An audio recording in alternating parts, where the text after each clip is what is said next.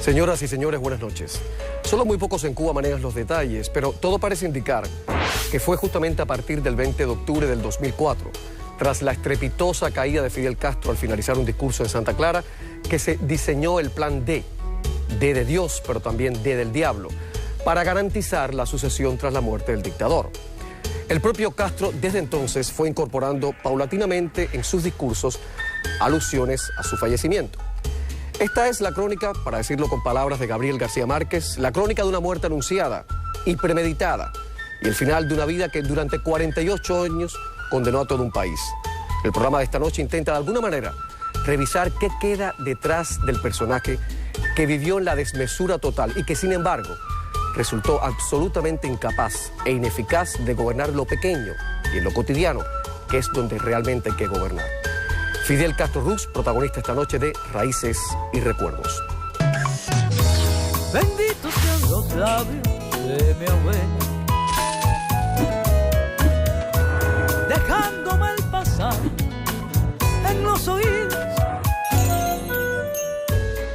Para comenzar hay que retroceder 81 años y darnos una vuelta por el caserío de Virán, un sitio dejado a la buena de Dios, allá por Mayarí, en la provincia de Oriente. Fidel Hipólito fue el tercero de los 7 hijos bastardos de la unión de Ángel Castro, terrateniente adinerado, y Lina Ruz. Cerca del central azucarero Marcané en Mayarí, la finca Virán de Don Ángel gozaba de los mayores privilegios en la zona.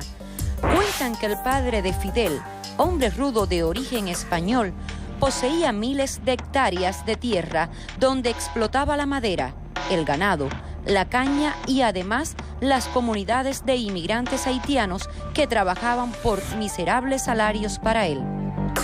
Tenía en sus manos todo el poder de Virán, donde se afanaba por enriquecerse cada día más, y su especialidad era hacerlo de manera ilícita. Desde su infancia más temprana, las travesuras y retos de Fidel lo hicieron famoso entre sus amigos de la escuela primaria, Hermanos de la Sal. Cuentan que era un niño de inteligencia y memoria prodigiosa. Hay una cosa que hacía él, las asignaturas que no le gustaban, él se las aprendía gráficamente de memoria. De modo que arrancaba las páginas del libro y lo leía después lo leía como si estuviera leyendo el libro actualmente. También tenía grandes tendencias de piromanía que lo llevaron a darle candela a su propia casa en alguna ocasión. El dinero de su padre le permitió continuar sus estudios en excelentes escuelas privadas, como la de la Orden Jesuita Dolores de Santiago de Cuba. El adolescente Fidel gozaba de magníficas condiciones físicas y sobresalía por su tamaño entre los demás compañeros de su edad. Le encantaba el deporte, escalar montañas y la exploración, por lo que lo nombraron jefe general de los exploradores. Más tarde, lo envían al privilegiado colegio de Belén de La Habana. Bueno, quienes le conocieron entonces admiten que de joven Fidel Castro era, o al menos se comportaba como un sujeto bastante desequilibrado. Un sujeto con tendencias mitómanas y psicopáticas, inmerso en un mar tremendo de contradicciones ideológicas y religiosas, pero con algo muy claro y muy evidente: el deseo permanente de sobresalir a toda costa. El Colegio Jesuita de Belén fue la antesala de los estudios universitarios de Fidel Castro. De esta etapa, el padre Llorente, que fuera su confesor, ha dicho: él acostumbraba a mentirme y a inventar cuentos elaborados para salirse con la suya. Y posteriormente confesó que Fidel le reconocía sin asomo de vergüenza que esa era su segunda naturaleza: mentir. Castro ingresó en la Facultad de Derecho de la Universidad de La Habana, donde se graduó con éxitos en 1952. En este recinto comienza a dedicarse a la actividad política. En aquellos años, militó en la Unión Insurreccional Revolucionaria, grupo dirigido por Emilio Tro. Muchas veces se ha dicho de la presencia o de que el mismo propio Fidel Castro participa íntimamente con el jefe de la organización que se llamó Unión Insurreccional Revolucionaria, que pocas veces se habla de estas cosas hoy en día. Producto primero que muy pocos conocen y segundo que nadie ha querido adentrarse en ese tipo de información. Y estamos hablando de Emilio Otro Rivero, que era el jefe de la organización de la Unidad Insurreccional Revolucionaria, recién fundada en el comienzo del gobierno del doctor Ramón Grau San Martín. Fidel, si acaso, se habrá entrevistado una sola vez con este señor, con Emilio Otro. Y es obvio que se entrevistaron una sola vez con él porque a instancias de una petición, cuando él hace el atentado a Leonel Gómez, que tampoco era de la organización, sino de movimientos juveniles del Instituto de Segunda Enseñanza, producto de que la preocupación de él era de si Leonel pertenecía a la organización, él utiliza las mejores intenciones de un amigo que era allegado a la organización para que se pudieran entrevistar y él poder más o menos limar aquellas perezas. Y por supuesto, las decisiones las tenía que hacer nadie, sino el mismo propio señor Leonel Gómez, que era el que había sido el herido, que había sido la víctima del atentado que Fidel hiciera a él. Y después se convierte en un líder de la organización juvenil y el ala izquierda del opositor Partido del Pueblo Cubano Ortodoxo. Contrajo matrimonio con Mirta Díaz Balar, una estudiante de filosofía de una acomodada familia habanera y con la que tuvo su único hijo reconocido, Fidelito, quien se ha mantenido al margen de la vida política y actualmente ocupa el cargo de presidente de la Comisión de Energía Nuclear de Cuba. En 1950 obtuvo su diploma en leyes y en 1951, tras el suicidio de Eduardo Chivás, líder del Partido Ortodoxo, asumió la dirección del mismo. Yo entiendo que, y tengo que pensar, porque los que quedaron en el Partido Ortodoxo a la muerte del doctor Eduardo Chivás Rivas eran personas también inteligentes, eran personas capacitadas dentro de la política local y eran individuos que tenían futuro y visión y no podían seguir arrastrando un lastre tan malo y tan perverso como ese señor. Entonces, él dice, por supuesto, él dice que cuando él se va, yo creo que es cuando lo van. O sea, definitivamente yo no creo en esa posición de él. Pero cuando él se va, mira, él se acomoda en el sitio que mejor le conviene, que es la oposición. Siempre que tú estés en la oposición, tú vas a tener muchas ventajas. Es más fácil estar en la oposición, es más fácil luchar desde la oposición, no importa cualquiera que sea esta, que estar en la posición de verdad. Cuando tú estás en la oposición y tú eres el jefe, el que manda, todo el que está en contra tuya tiene más ventaja que tú. Porque tú estás expuesto y los demás no. Ilusionado por la futura candidatura al Parlamento en junio de 1952, se cambia el rumbo de su historia con el golpe de Estado del general Fulgencio Batista, quien derrocó el gobierno de Carlos Prío Socarrás y anuló las elecciones. El golpe avalado por el gobierno estadounidense, que reconoció rápidamente a Batista, provocó la desazón de Castro, quien sintió frustrado su delirio de grandeza y liderazgo. Ante estos sucesos, Fidel toma la decisión de renunciar a su cargo en el Partido Ortodoxo para abrazar el camino de lucha revolucionaria. Pero evidentemente lo que sucedió es que al perder la oportunidad, los ortodoxos y Batista, ¿verdad?, el 10 de marzo, el golpe de Estado del 10 de marzo del 52, Fidel usa de nuevo la excusa de que porque se dio un 10 de marzo, yo me voy a hacer comunista, me voy a hacer asesino, me voy a hacer delincuente. No, si hubo una gran cantidad de hombres y mujeres que participaron de la oposición contra el gobierno de Fulgencio Batista, no solamente propios ortodoxos, sino los auténticos en una gran cantidad. Y ahí tienes Corintia, Palacio, Goicuría y tantos otros hechos de heroicidad y sangre. Y sin embargo, ninguno de ellos fue comunista, ni tampoco se vertieron al Partido Comunista como justificación de porque Batista de un 10 de marzo te odio y te detesto tanto que ahora me voy a hacer comunista. Eso no tiene sentido.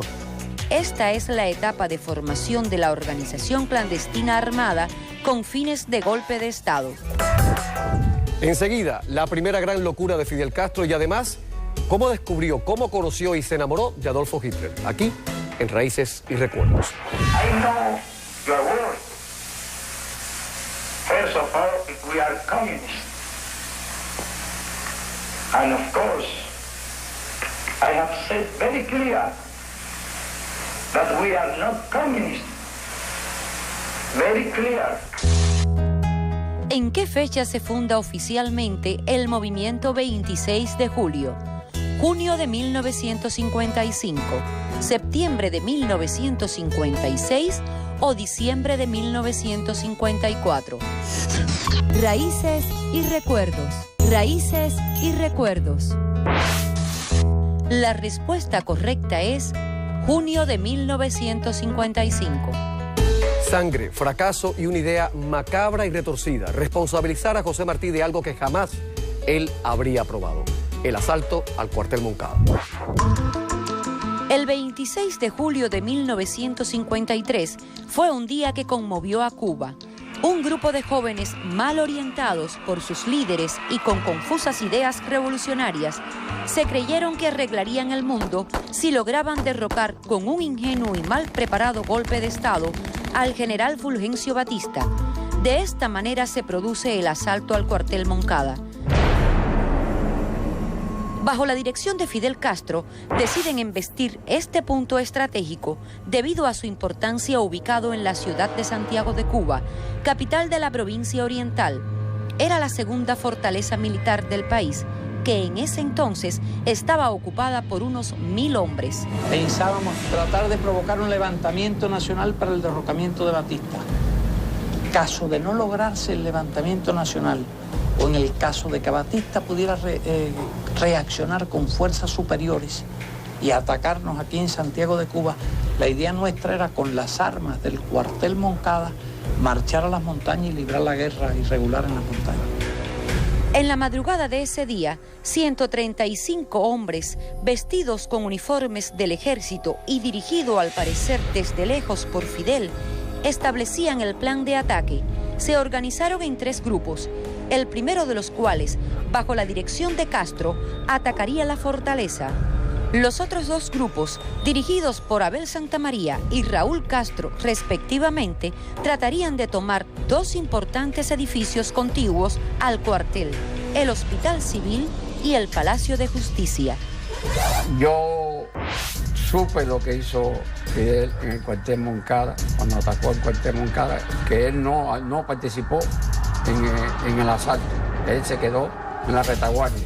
Los que fueron al cuartel Moncada fueron los que fueron con él, pero él se quedó atrás, él y Raúl. Y masacraron allí a los soldados, entraron en la enfermería, donde estaban enfermos los soldados, estaban operados por H por B, y lo acuchillaron, lo masacraron. Esa historia no se cuenta mucho, pero esa es la realidad que pasó con él. Y yo por eso siempre lo he combatido a él, porque él actuó mal en aquel momento y después siguió actuando mal porque después siguió fusilando en Cuba mucha gente. La lucha se entabló fuera del cuartel. Los asaltantes se hallaban en total desventaja frente a los militares que eran superiores en armas y que se encontraban atrincherados dentro de aquella fortaleza. Comprendiendo un poco tarde que continuar la lucha en esas condiciones era un suicidio colectivo, ideado por el delirio de Castro. Finalmente se produjo la retirada, con bajas injustas de por medio. Al mismo tiempo que esto ocurría, en Santiago, 28 revolucionarios asaltaban el cuartel de Bayamo, operación que también fracasó. 8 de los atacantes fueron asesinados en el acto y otros 12 fueron heridos y más de 70 tomados prisioneros, entre ellos Raúl Castro. Fidel logró escapar, otro de sus milagros, y se escondió en una finca ubicada cerca de las montañas de la Sierra Maestra, donde más tarde fue capturado. Al César lo que es del César. No siempre Fidel Castro mintió.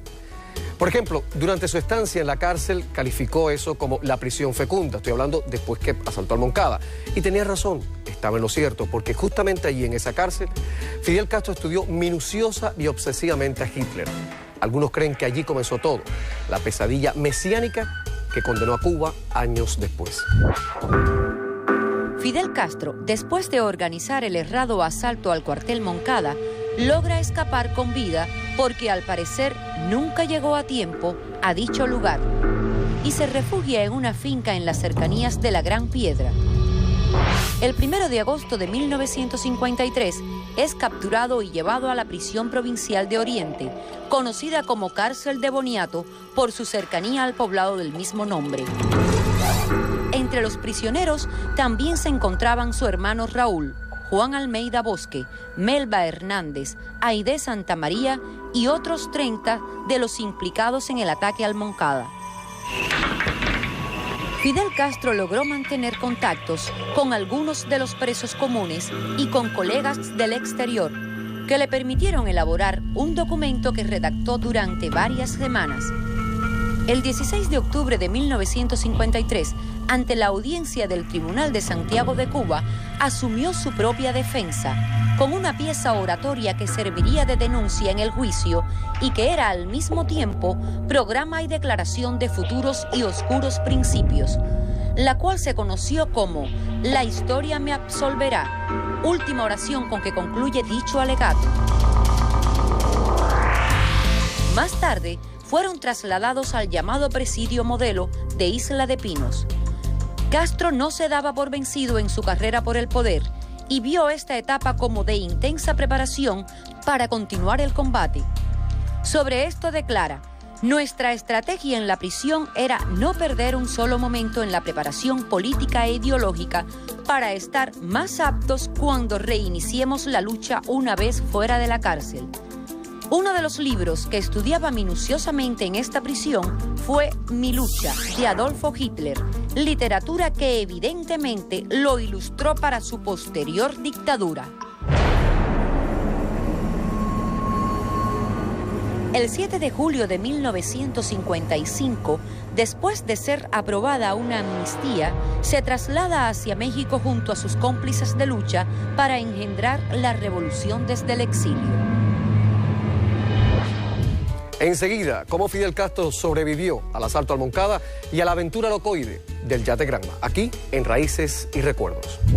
Porque hay que decir que por encima de todos, somos marxistas-leninistas.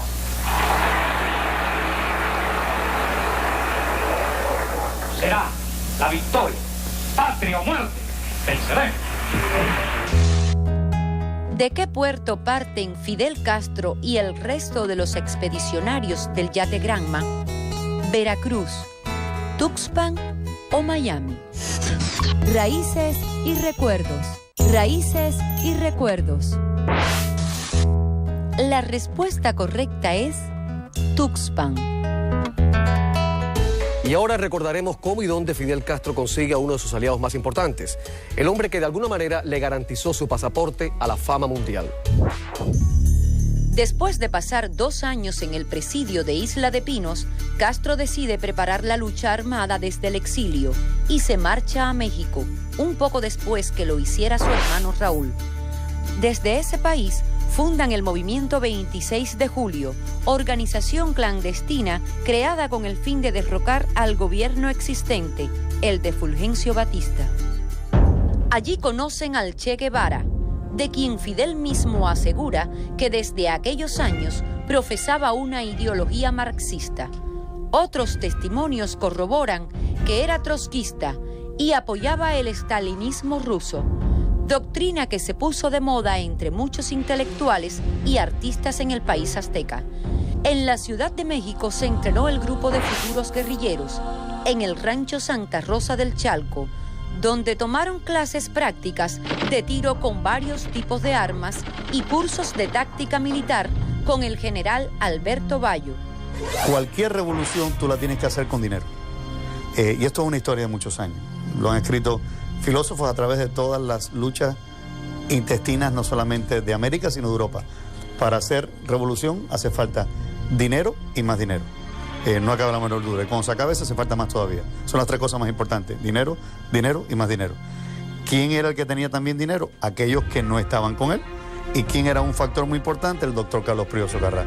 Y él comparte con el doctor Carlos Prío Socarrá, a pesar de todas las basuras que habló, de toda la grosa que dijo con respecto a que el dinero mío tiene que ser limpio. Parece que se le ha olvidado ahora cuán limpio tiene que ser el dinero, porque todo es sucio. Pero bueno, evidentemente ese dinero tiene que ser limpio, pero fue a McAllen, Texas, cruzó Río Bravo con sus amigos íntimos y allí se reunió con el doctor Carlos Prieto Sagara, que no podía abandonar los Estados Unidos y él tampoco podía abandonar México, y él sí lo hizo, cruzó el Río Bravo y se sentó en aquel hotel a pactar que un dinero y una economía que le hacía falta para la revolución, y ese dinero le sirvió después más tarde para lo que fue el Granma.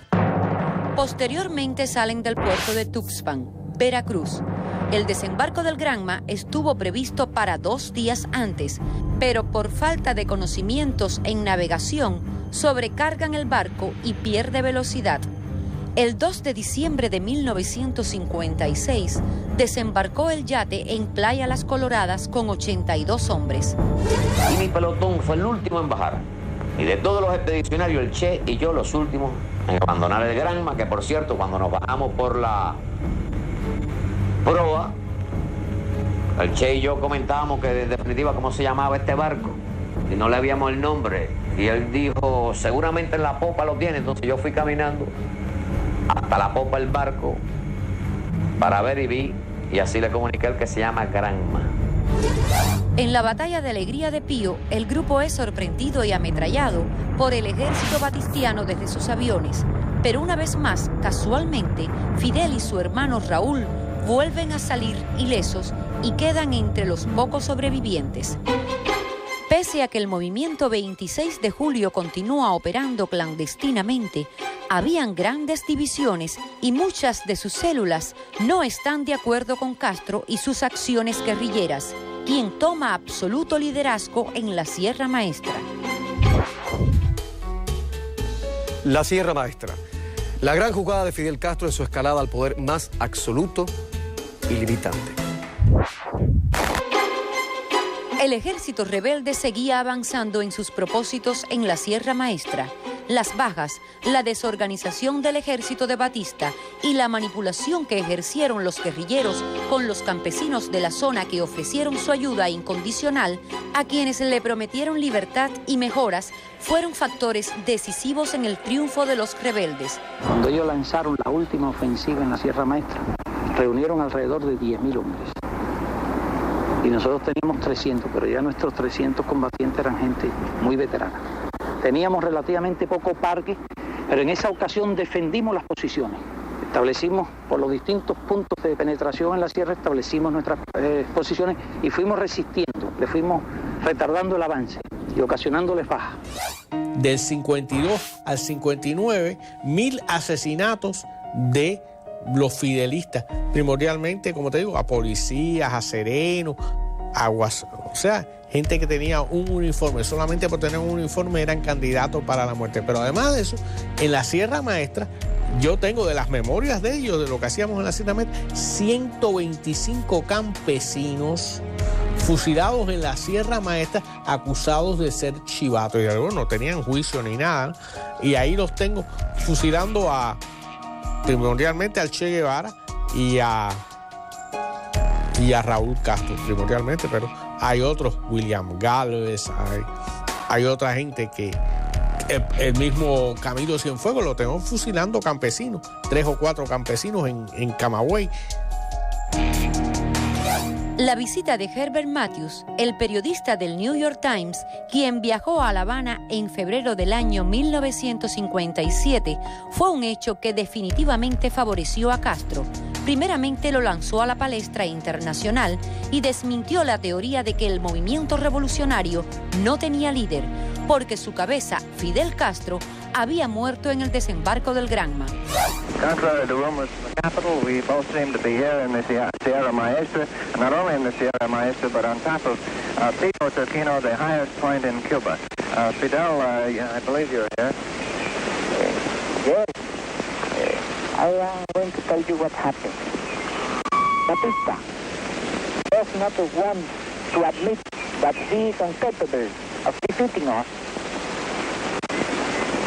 He hopes to obtain by Playa that which he cannot get by force of arms. Sometimes he said that I am dead. Another time he says that there is no ball in Sierra Maestra. But he won't let anyone to come here to Sierra Maestra. And when the soldiers are killed in battle, he says that they were died in accidents. Have been a great deal of accidents here in Sierra Maestra last month. Posteriormente, la guerrilla sigue avanzando y deciden dividirse en varios grupos para abarcar toda la isla y tomar diferentes cuarteles generales. El Che Guevara y Camilo Cienfuegos se desplazaron hacia Occidente con este propósito. Cuando Castro se entera que Batista había salido del país, manda a Camilo a tomar el cuartel de Columbia y el Che la cabaña en La Habana. Fidel logra su objetivo, la oportunidad perfecta para ostentar el poder, y decide entonces entrar a la ciudad como los Césares, como los héroes con el triunfo en sus garras. Otra pausa y a la vuelta, ¿cómo y por qué Fidel Castro decidió cambiar para siempre la connotación de la fiesta de fin de año en Cuba? Ningún hombre es ni será indispensable. Lo único indispensable aquí, lo digo porque lo siento, es el pueblo. Si la revolución no tuviera el pueblo, estaría perdida. El pueblo es lo que importa y el pueblo lo tiene, la revolución. ¿Quién fue el primer presidente que tuvo Cuba después del triunfo de la revolución? ¿Fidel Castro, Osvaldo Dorticós o Manuel Urrutia? Raíces y recuerdos. Raíces y recuerdos. La respuesta correcta es Manuel Urrutia. Era un sujeto que no paraba de hablar. Supongo que a eso le llaman los médicos incontinencia verbal, pero en buen cubano eso se llama ser latoso o darte un perro muerto. Uno de sus amigos dijo alguna vez que Fidel Castro se organizaba a través de la palabra. Y tenía razón. Y demuestra este dato. La suma total de las horas de sus discursos, de los discursos que pronunció en las últimas 4 décadas, es mayor al de todas las alocuciones presidenciales pronunciadas en Cuba de 1902 a 1951. Pero tal vez lo que mejor dibuja la personalidad del dictador es lo que hizo, por ejemplo, con las tradiciones, con la Navidad o con el mismísimo 31 de diciembre. Corría el 31 de diciembre de 1959, mientras el pueblo de Cuba celebraba lo que realmente sería su última Navidad. Los guerrilleros comandados por Fidel Castro y asentados en la Sierra Maestra habían acabado prácticamente con la resistencia del ejército de Fulgencio Batista, quien se había marchado a Santo Domingo.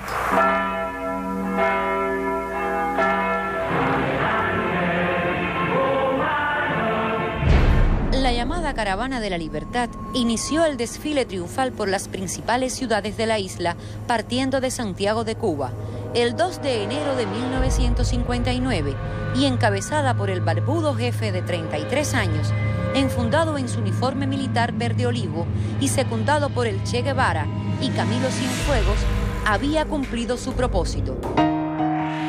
Ya con todas las guarniciones militares del país rendidas, el futuro dictador parte rumbo a Occidente. El recorrido lo hace en forma lenta, parando en las principales ciudades y pronunciando discursos, evidentemente dando tiempo para que todo se consolidara y evitar cualquier contratiempo que manchara su arribo triunfal a La Habana. El 8 de enero de 1959, Castro entró en la capital junto a su séquito. El recibimiento que le ofrecieron cientos de personas engañadas demostraba que ya entonces era el hombre de máximo poder en Cuba. Al mes y 4 días de su desdichada victoria, Fidel ya ocupaba el cargo de primer ministro. Su estrategia fue puesta en práctica a una velocidad vertiginosa. Aplicó leyes para nacionalizar y expropiar todas las posesiones norteamericanas en la isla e incluso las de los propietarios cubanos. La primera medida que tomó, aun cuando todavía se encontraba con su columna guerrillera en la ciudad de Santa Clara, fue decretar que el derrotado ejército batistiano sería sustituido por sus tropas rebeldes. Se iniciaba así una nueva época en la historia de Cuba. Aquella revolución teñida de sangre había triunfado y lo peor estaba por llegar. La primera visita oficial que realizó Fidel Castro fuera de la isla después que triunfara la revolución fue a Venezuela el 23 de enero de 1959. Castro viajó a Caracas para agradecer la ayuda económica que ofreció este gobierno al ejército rebelde, quienes obligaron a los trabajadores venezolanos a ceder un día de salario. Esta visita coincidió con el primer aniversario del derrocamiento de la dictadura de Marcos Pérez Jiménez. Curiosamente, este viaje fue como una premonición del trágico destino que tomaría Venezuela posteriormente. ¿De cuántas maneras se puede padecer el castrismo? ¿De cuántas maneras se puede padecer la vida bajo un régimen dictatorial de la índole que sea?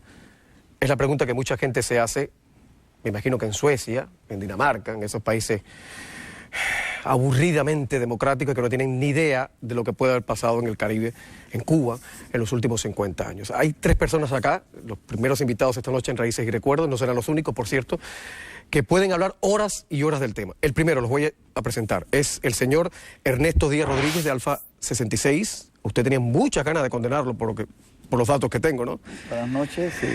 Está también el señor Francisco García, que fue víctima de un engendro macabro que se llamó la UMAP.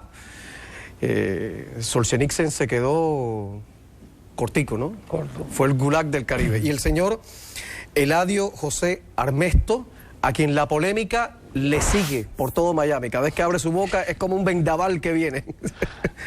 Y vamos a hablar de Cuba y de cómo padecieron y cómo padecen ustedes lo que está pasando en la isla. En el caso suyo, le pedían 40 años de cárcel. ¿Es posible? Fui condenado a 40 años de cárcel. Pero usted solito quería tumbar todo el gobierno, ¿no? Comité Central entero. El gobierno pensó que yo era un elefante y que podía estar tantos años en prisión. Pero yo lo veo a usted como una persona muy comedida. Usted no parece un hombre violento. ¿Qué hizo usted? Bueno, sencillamente porque fui a las cárceles de Fidel Castro con una conciencia de amor a la libertad de Cuba.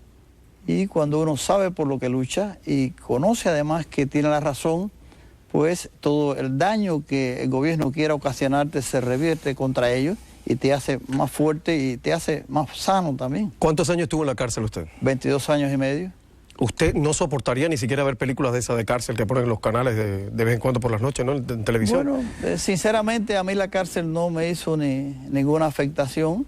Aproveché mi tiempo, creo que es la época más fructífera de mi vida. Considero que fue un privilegio haber podido pasar 22 años y medio en las cárceles de Fidel Castro, porque ¿por qué? me enseñó a tener una dimensión mucho más amplia de lo que es el ser humano, de las potencialidades para sobreponerse a las adversidades. ¿Pero no padece usted claustrofobia cuando está en un cuarto muy cerrado, un ambiente muy cerrado? Absolutamente. Muchas veces deseo estar en una celda para aislarme y poder comunicarme conmigo mismo sin tantas actividades y sin tantas presiones internas. Pero es mejor en un plan de retiro espiritual a que sea como lo mandaron usted inicialmente, ¿no? Pero es que ya fue tanta la familiaridad con las prisiones que ya me siento parte de ellas. ¿Usted estuvo en prácticamente todas las prisiones de Cuba? Casi todas las prisiones de Cuba, por lo menos las peores. El 5 y medio, La Cabaña, el Combinado del Este, Boniato, el Castillo del Príncipe. Puede hacer la guía Michelin de las prisiones en Cuba. ¿Qué es lo peor? Lo peor de las prisiones en Cuba, sobre todo por los 7 años más terribles que usted pasó. Las peores experiencias que tengo son 2. Primero, cuando algunos de mis compañeros eran llevados al paredón de fusilamiento, después de haber compartido con nosotros algunos días en la cárcel, eran llevados y brutalmente asesinados en los paredones de fusilamiento. Segunda. ¿Había posibilidad de despedirse de esos compañeros en algún momento? Es que en ocasiones ni siquiera sabíamos que iban a ser fusilados, que iban a ser asesinados. Y siempre era al amanecer, me imagino, ¿no? Por lo regular. La segunda experiencia desgarrante para mí es cuando en la prisión de Boniato los carceleros, no como una práctica aislada, sino como un sistema de imponer el terror en la juventud, cogían a los niños de 12, 13 y 14 años de edad que habían ido a la prisión por cualquier delito simple, los metían en los calabozos de los condenados a muerte, los peores criminales que habían en la isla y que estaban esperando para ser ejecutados, para que esos niños fueran violados. Y esos niños pasaban toda la madrugada, toda la noche dando gritos. ¿Usted los oía? Estábamos casi prácticamente puertas con puertas. Y los carceleros sentados frente a la celda donde estaban cometiendo el crimen y eran incapaces de... Bueno, ellos eran precisamente quienes los metían allí para que cometieran esos crímenes. Y no solamente los violaban, muchas veces los asesinaban a puñaladas allí en presencia de los carceleros, mientras esos niños gritaban por sus madres. Déjame hacer una acotación. Lo que está diciendo el señor Ernesto Díaz él cayó en la cárcel en el año 68 cuando la más feroz ofensiva revolucionaria que diezmó al país. Y justo en esa época Fidel Castro estaba obsesionado con la creación del hombre nuevo, que era un engendro. O sea, ¿de qué hombre nuevo estamos hablando si pasaba eso con esos niños? Pero en fin, reitero que lo vea usted muy tranquilo. Yo no podría. O sea, si a mí me hubieran metido 22 años de cárcel, yo estaría trepándome las paredes. Mira, Fidel Castro ha sido un cínico toda su vida. Mientras eso ocurría, mientras atropellaban a los prisioneros políticos, mientras asesinaban por conducto de esas violaciones y de esos crímenes, acuchilladas a esos niños, él se mantenía diciendo que en las prisiones de Cuba nunca un prisionero había sido torturado, nunca había sido golpeado, y a nosotros solamente en esa etapa nos mantuvieron 7 años prácticamente desnudos, solamente nos permitían usar el calzoncillo, y estuvimos 7 años sin posibilidad de recibir asistencia médica, sin visita con nuestros familiares, sin que se nos permitiera enviar o recibir correspondencia. Estábamos sometidos a ese proceso desgarrante tan solo por negarnos a claudicar de nuestros principios, por negarnos a vestir el uniforme de los presos comunes, por negarnos a ponernos de rodillas ante los carceleros. Pero señor Díaz Rodríguez, jamás un torturador va a admitir la tortura. Todavía hoy a los políticos de Occidente les cuesta hablar de tortura. Más claro ni el agua. En el caso suyo, ¿por qué usted va a Lumap? Porque yo recuerdo de niño cuando hacían unas redadas en el Vedado donde yo vivía y toda la gente que tenía el pelo largo o que era manerado o que era poeta y loco, pues todo el mundo iba para Lumap. ¿Qué era Lumap exactamente? Bueno, Lumap fue un laboratorio de terror para la juventud en aquella época. Lumap comienza el 19 de noviembre del año 65, donde recogen 5.000 jóvenes, principalmente de La Habana, que eran esos muchachos de pelo largo, que les gustaba la vida esa loca. Y después parece que el gobierno pensó que vio el terror que creó con esos muchachos, y el 16 de junio del año 66 recogió más de 25.000 jóvenes, y ahí fui yo, pero era de todas las capas sociales. Yo te diría que la mayoría ya en el 66 eran jóvenes que estaban en contra del gobierno, no estaban integrados a ninguna organización revolucionaria de aquel entonces, eran católicos o protestantes o bautistas o testigos de Jehová. ¿Les gustaba el rock and roll? O... No, ya no. Ya eran gente desafecta. Ya eran gente, la primera recogida diría yo que fue donde más fue esa persona. ¿A usted de qué le acusaron? A mí, bueno, yo estaba preso en San Severino y me soltaron de San Severino.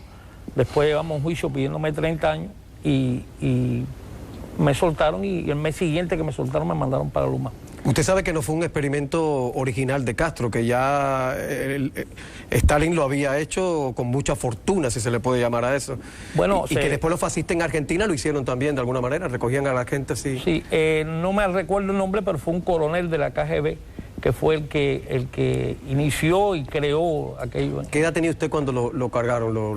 Tenía 17 años. Usted no entendía lo que pasaba con su vida en ese momento, ¿no? Bueno, no, ya yo venía de la lucha. Sí, pero quiere decir, usted no aceptaba que lo metieran tras la reja por pensar de otra manera. No, porque ya yo estaba preso, yo caí preso con 12 años, por días, pero el 21 de octubre del año 59 ya yo venía ya arrastrando ya hasta en el año 61, que ya me ponen en el Castillo San Severino, pidiéndome 30 años de prisión. ¿Es cierto que Pablo Milanés en algún momento llevado a Lumap? Estuvo en el Lumap, es más, hizo una canción que decía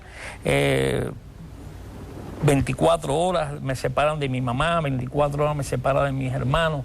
Un tipo de canción esa hablando sobre lo más y de lo que estaba sucediendo, pero él tuvo la suerte que lo sacaron. 30 años después, usted, si se encontrara con Pablo Milanés, ¿podría hablar de este tema? No me responda ahora, hay que ir a un corte. Piense si podría hablar de eso. ¿Y en qué situación lo haría? Regresamos en nada aquí en Raíces y Recuerdos, en esta, más que un especial, en esta antología de las cosas más malas que le han pasado a nuestro país, y que quiera Dios que sea de las últimas veces que haya que repasarla, porque de alguna manera ya viene llegando eso. No es mal que dure 100 años. Regresamos en nada. Que cuando el pueblo empezó a creer que una revolución se estaba haciendo, vino el señor Batista, traicionó la revolución, se apoderó del poder e instauró una dictadura por 11 años. No será como en el 44, año en que las multitudes se enardecieron creyendo que al fin el pueblo había llegado al poder. Y los que llegaron al poder fueron los ladrones.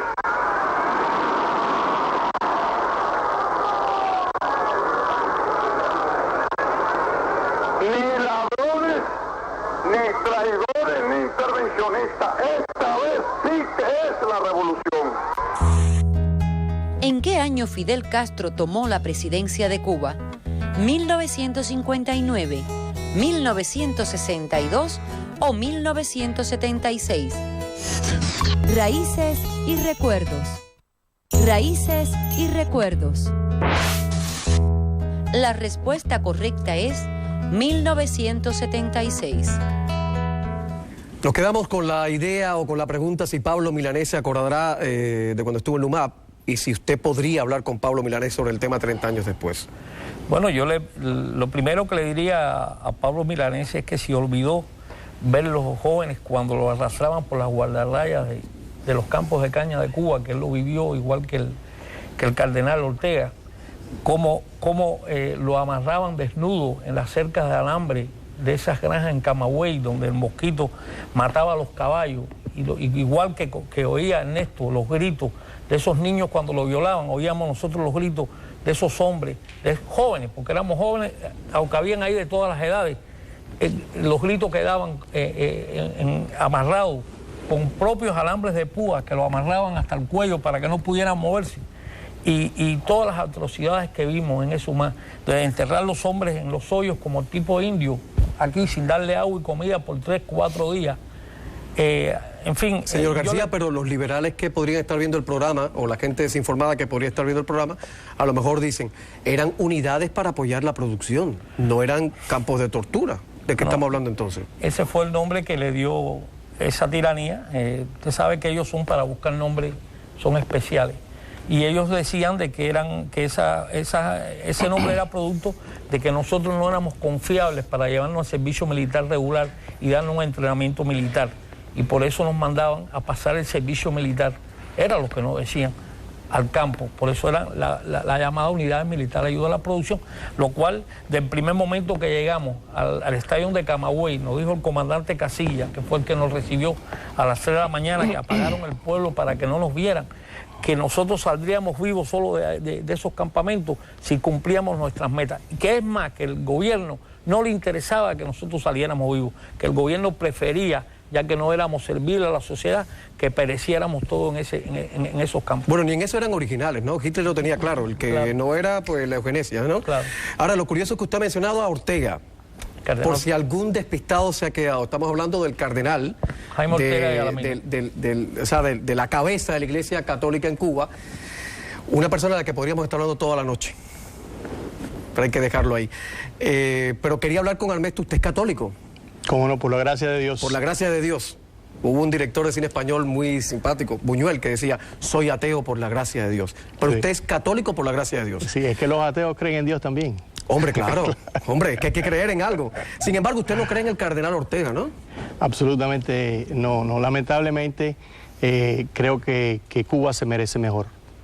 El pueblo de Cuba se merece pastores que cumplan con su misión profética de defender a los oprimidos, a los perseguidos, a los abusados, a los pobres. ¿Por qué usted cree que los católicos, que los obispos o que buena parte de la plana mayor de la Iglesia Católica en Cuba ha hecho como los 3 monitos? No veo, no oigo, no, con el caso de personas como estas que están acá.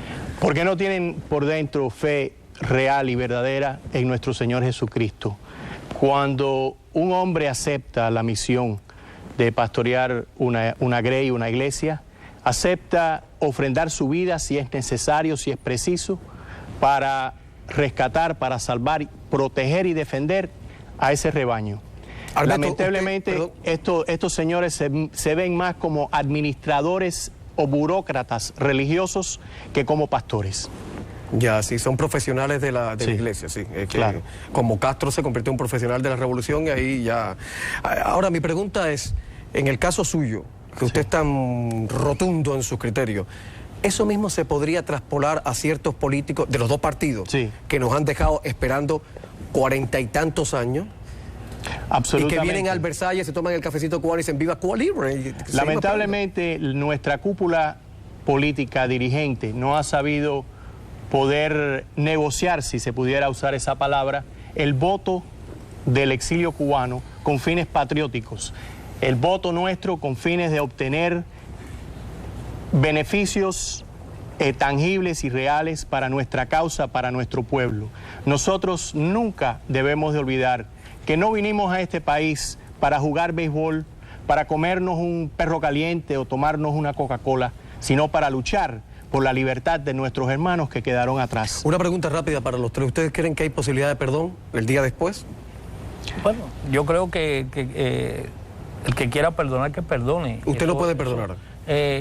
Bueno, yo creo que sí, que se puede perdonar, pero hay que hacer justicia. ¿Y a usted que le pedían 40 años de cárcel, usted perdonaría? El perdón debe estar dentro de un marco de verdadera justicia. Aquellos que han cometido crimen deben pagar por sus crímenes. Alberto. Es muy importante tener presente que perdonar solamente pueden hacer los que han sido víctimas de un delito, de un crimen, de un atropello. Nosotros no somos nadie para perdonar por los delitos y los atropellos y los abusos que los comunistas le han hecho a nuestro pueblo. Para eso hay que pedir justicia y para los que lo merezcan, la pena capital. ¿Y qué hacemos con los políticos y con los curas que han virado la cabeza?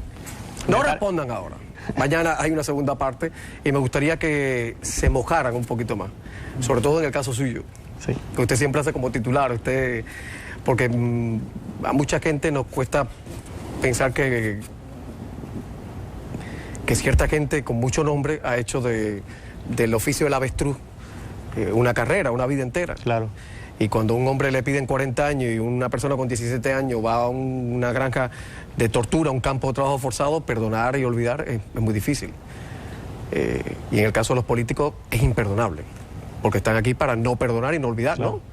¿No? O no se puede confiar en los políticos ya, ni en los curas. ¿Lo dejamos ahí? Lo dejamos ahí. Me lo contesta mañana porque mañana hay segunda parte, señores, ¿eh? Esto sigue. Ojalá que sea la de mañana, la última segunda parte. Que no haya que hablar más de esto in extenso. Benditos los amigos que sostengo. Bendito sea el amor que me regalas. Por ese amanecer de sombreritos de guano que van preñando la tierra con su sudor. Muchas gracias. Canto esta tonada con alegría. Brota el punto, salta el verso, es la